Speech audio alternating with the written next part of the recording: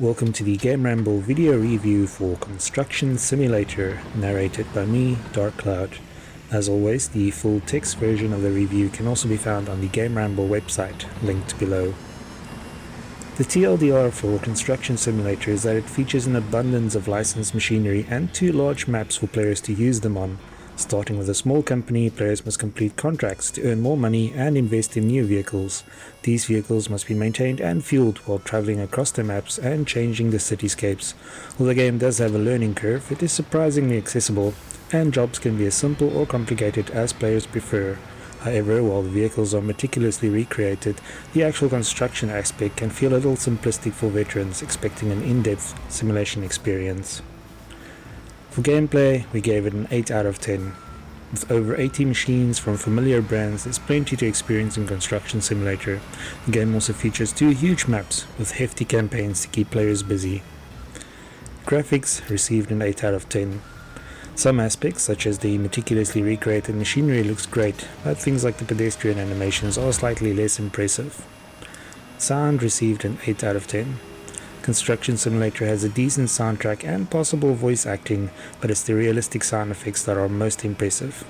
The overall score for the game is 8 out of 10. Now for the full review. It's not every day that you get handed your very own construction business for free, but that's the premise behind Construction Simulator. It seems like your old friend Harpe is ready for retirement and eager for you to take the reins of his business.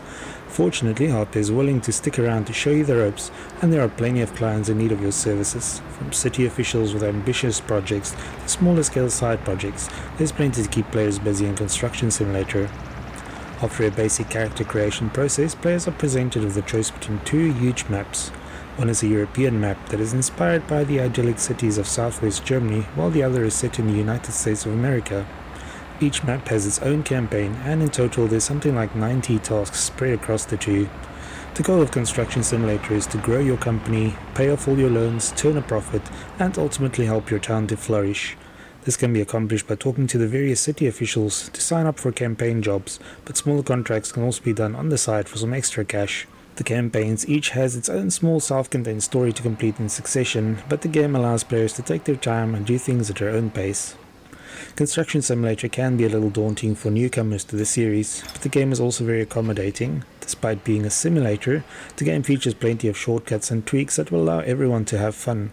There's still a learning curve, especially when it comes to operating the various machinery, but players willing to put in the effort will soon reap the rewards.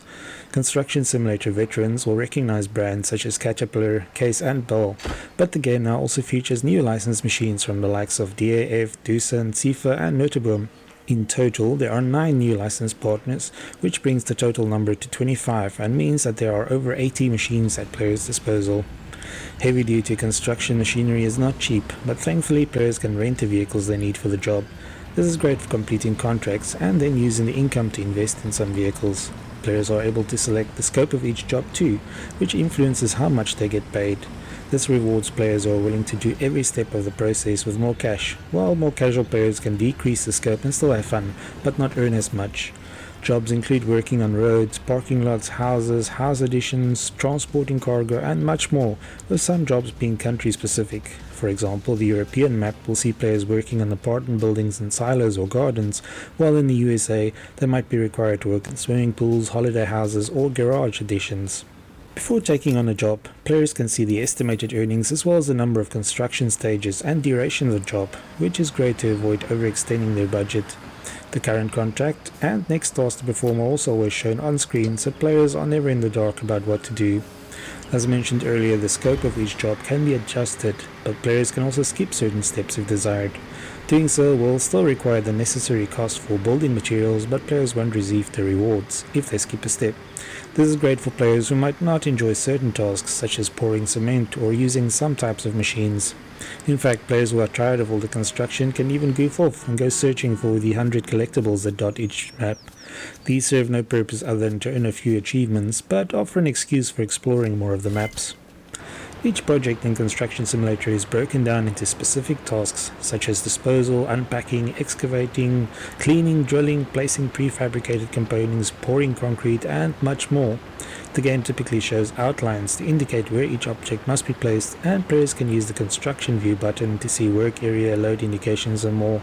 There's definitely a learning curve to every machine, and some of them operate in completely different ways than others. As players complete tasks and objectives, they will progress from a small to a medium and finally large company while unlocking skill points along the way.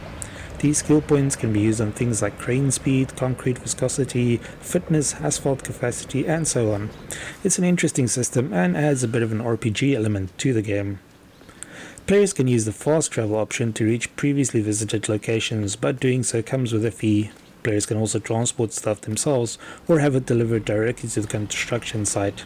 In addition, there's a helper function to transport and fill up materials such as gravel, sand, soil, concrete, or asphalt, but once again, making use of it is 25% more expensive than driving yourself. This can cut down on frustration, as the traffic in the game can cause a lot of headaches with how slow they are and how long it takes for traffic lights to change. Players can also get hit with a host of traffic offences if they are not careful, but thankfully this feature can be disabled. The game can be played with up to 3 other players, which, provided that they know how to cooperate and not get into each other's way, is one of the best ways to experience the game. Visually, Construction Simulator is a decent looking game, and the inclusion of 2 very different maps is a welcome one. The game features outside and cockpit views for each vehicle, and the developers have not skimped on any details. Each machine is meticulously recreated, and operating them from the cockpit view is quite an immersive experience. Unfortunately, other open world games have spoiled us on things such as pedestrians, as the ones featured in Construction Simulator feel a little wooden and all have very limited animations. There's no reason to ever interact with them, but since the game allows players to move around the cities on foot, it's hard not to notice. The game does feature a day-night cycle, along with neat touches as the clouds in the sky changing over time. The audio in the game is pretty decent too, with serviceable voice acting and a nice selection of music. The soundtrack is mostly mellow, but now and then a very energetic tune will also pop up. We found that playing the game with the music turned off was the most immersive, as it allows players to enjoy the realistic sound effects.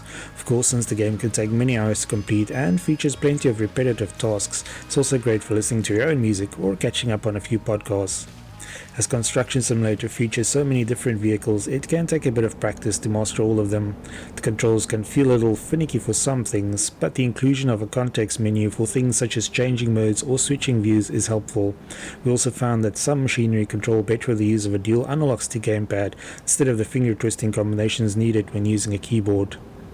Overall, we really enjoyed our time with Construction Simulator, even though the game can become a little repetitive after a while. The game is surprisingly accessible for newcomers, but players in search of a hardcore simulation experience might not be too pleased by some of the concessions that were made.